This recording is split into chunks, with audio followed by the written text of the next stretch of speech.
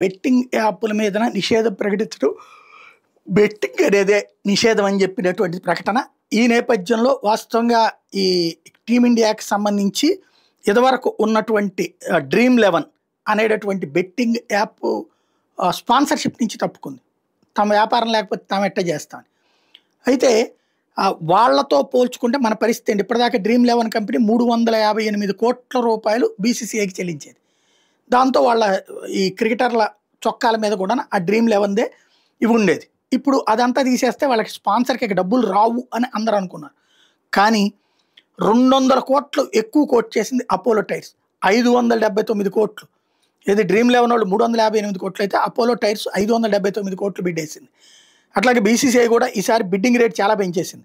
3 ఏళ్లలో India ఆడబోయేది 121 normal మ్యాచెస్‌లో ప్రతి మ్యాచ్‌కి 3.5 కోట్లు బేస్ ప్రైస్‌గా పెట్టింది.